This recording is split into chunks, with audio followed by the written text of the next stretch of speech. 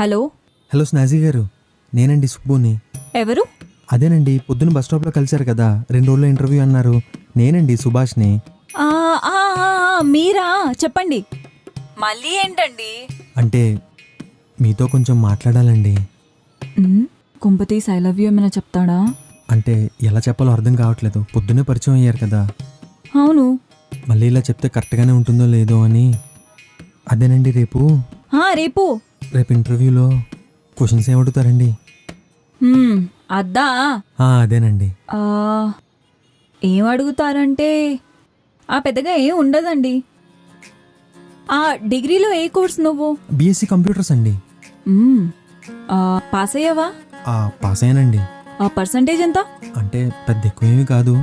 ఓ, అయితే ఎంత? 50% వచ్చింది. ఓ, మరీ అంత తక్కువ? మరి అందుకే కదండి ఇంటర్వ్యూలో ఏం అడుగుతారని చెప్పి అడుగుతున్నాను. అంటే పొద్దున్నుంచి తిరిగేస్తున్నాను, కానీ ఏం చూడాలో ఏంటో ఏం అర్థం అవ్వట్లేదు. సరే, అయితే ఒక పని చేద్దాం. ఎల్లుండి ఎలాగో వస్తారు కదా, అప్పుడు కలిసినప్పుడు మొత్తం చెప్తాను.